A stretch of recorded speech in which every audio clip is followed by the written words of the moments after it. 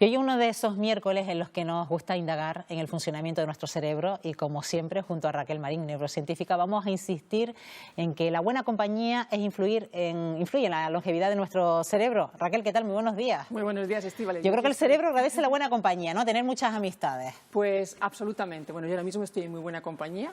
Gracias. Fíjate que es tan importante para el cerebro humano estar en buena compañía que se sabe científicamente que reduce incluso el riesgo de enfermedades neurodegenerativas y las demencias también, sobre todo que son más comunes en la gente mayor. Sin embargo, en la gente mayor estamos viendo lo que se ha convertido en una epidemia, la soledad, y quizás ha sido más palpable a raíz de esta pandemia que estamos viviendo, ¿no? Sí, y fíjate que precisamente eso es uno de los temas que más está ahora en algunos gobiernos a nivel europeo e incluso a nivel mundial, está recabando más importancia, porque la soledad aumenta mucho el riesgo de muerte. Fíjate, el hecho de estar solo, evidentemente uno quiere estar solo de vez en cuando. Claro, pues, estamos hablando de la soledad no buscada, ¿no? Efectivamente, esa soledad de la que tienes la sensación de estar completamente desamparado, de que si te pasa algo, pues a quién vas a recurrir, de si tienes algún problema económico no tienes tampoco de quién te pueda ayudar, de que nadie te pueda acompañar al médico, o simplemente cuando tienes un mal día, poder llamar a alguien para poder conversar. Eso se está convirtiendo realmente y tristemente en una epidemia. Y luego hay estudios de los que vamos a hablar, Raquel, que demuestran efectivamente que esto pasa, ¿no? Y que la soledad, el estar solo, el no contar con esa compañía de alguien que por lo menos nos escuche, pues conlleva a que nuestro cerebro se deteriore, incluso a que adelantar nuestra mortalidad, ¿no? Que esa esperanza de vida se acorte. Pues sí, fíjate, en la Universidad de Stanford hicieron un estudio bastante interesante y fíjate, Estíbaliz, que las cifras son terribles. El hecho de, simplemente el mero hecho de estar solo sin desearlo, aumenta el riesgo de muerte en un 35%, es decir, es todavía más que si comes mal, o si fumas, o si no tienes unas pautas de vida saludables, o incluso si tienes obesidad. Solamente el hecho de tener una soledad, por decirlo así, que crónica. Si se suma todo eso puede ser una bomba de relojería, ¿no? Efectivamente. Y fíjate que cuando en el estudio analizaban qué decía la gente cuando experimentaba estar en buena compañía, que reducían mucho su riesgo de muerte, decían que era tan sencillo como saber que hay alguien que te dice buenos días por la mañana, incluso en el vecindario, o que cuando llamas a alguien por teléfono, cuando te encuentras mal, pues simplemente te escucha. Es decir, se basa en pautas muy sencillas. No hace falta que estés siempre en una fiesta rodeado de un montón de gente, ¿no? Sino algo mucho más sencillo. Y eso se basa en el hecho de que nuestro cerebro humano se activa muchísimo cuando estamos interaccionando con los demás. Tienes una parte de las emociones, una parte incluso de la memoria, de la capacidad de coordinación, de la creatividad, buscar nuevos chistes, nuevas cosas que decir, etcétera. Entonces, realmente es como tener el cerebro en una situación de hiperactividad muy interesante. ¿Y esto ocurre a una determinada edad o desde joven tenemos que ir practicando el rodearnos de buena compañía? Pues fíjate que cualquier edad es buena. De hecho, voy a empezar por los jóvenes. Fíjate que se comenta que a pesar de que ahora estemos mucho más conectados, ¿no?, a través de las redes sociales, sin embargo ha aumentado bastante el número de personas, hasta un 25%, de personas que se declaran sin conexión con los demás. Es decir, esa conectividad no es una conectividad que te sacie, que te llene.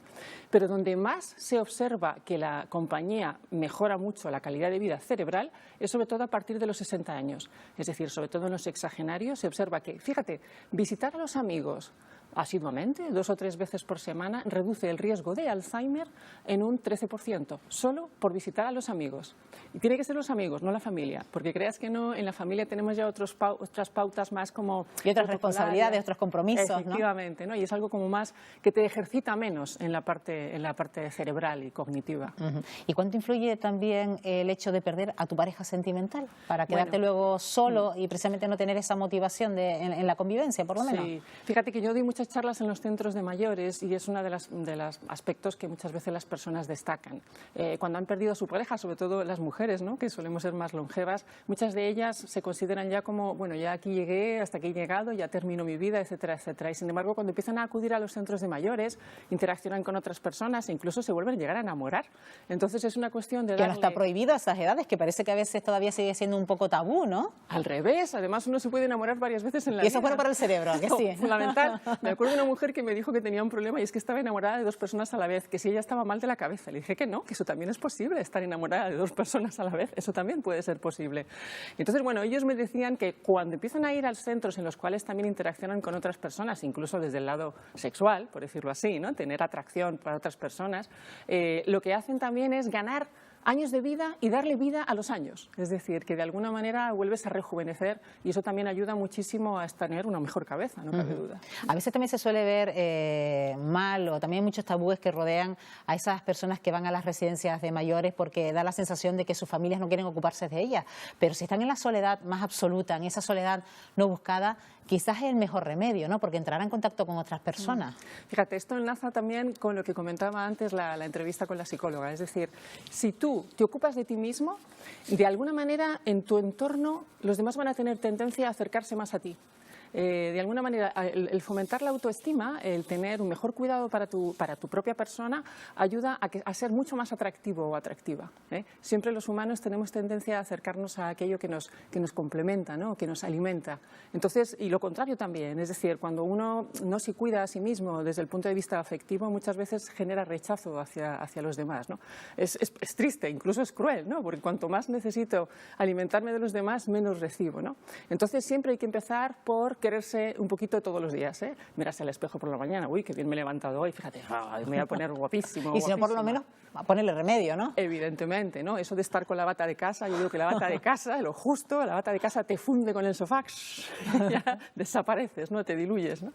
Entonces, eso es un aspecto fundamental. Empezar por ti mismo, por pequeñas pautas, ponte un sombrero, maquíllate un poco y a partir de ahí generas un nuevo motor social que influye muchísimo en tu entorno, contexto social también. Bueno, Raquel, antes hablabas de los menores que están hoy en día muy interconectados, pero a través de las redes sociales. No sé si la palabra sociales ahí conlleva matizarla porque, como decías, también se reflejan luego ciertos momentos de soledad. El contacto físico es primordial, ¿no? Pues fíjate, los 5 sentidos, ¿verdad? Vista, oído, gusto, olfato y tacto. Todos ellos dependen del contacto físico, ¿no? Bueno, la vista no tanto, pero también, ¿no? Te fijas mucho más en los detalles. Pero uno de los aspectos que más memoria y más aprendizaje nos ayuda a generar es el olfato y el tacto, ¿eh? Entonces son dos de los aspectos que en las redes sociales se fomentan muchísimo menos, ¿no? Y fíjate que oler a los demás es uno de los mecanismos ancestrales que tenemos para reconocernos, para generar una memoria y también para empatizar, incluso para empatizar y reconocer cuando una persona nos es más atractiva o cuando incluso la necesitamos ayudar, ¿no? Eso por una parte. Y luego, evidentemente, el tacto es fundamental, ¿no? Nuestra piel... Y lo bien que es cierto un abrazo, ¿no? ¿Verdad? Sí. Fíjate que los abrazos ayudan incluso a aumentar la producción de algunos neurotransmisores, es decir, las moléculas que comunican las neuronas entre sí, sobre todo en aspectos de relajación, de protección, incluso de motivación. La terapia del abrazo te ayuda a estar mejor motivado y también te ayuda a dormir mejor. Un abracito para dormir. Bueno, pues yo creo que es momento de practicar abrazos, de ese contacto. Es verdad que con las medidas que tenemos quizás lo hemos dejado más a un lado con el tema del COVID-19, pero al fin y al cabo hace falta sobre todo el contacto físico y visitar mucho más a los amigos. Sí, amiguis, hala, a visitarlos a todos. Gracias, Raquel, como siempre. Hasta una próxima ocasión. Gracias a ti. Bueno, y 9 de cada 10 personas en España han sufrido estrés en el último año y 4 de cada 10 lo sufre de manera continuada. Los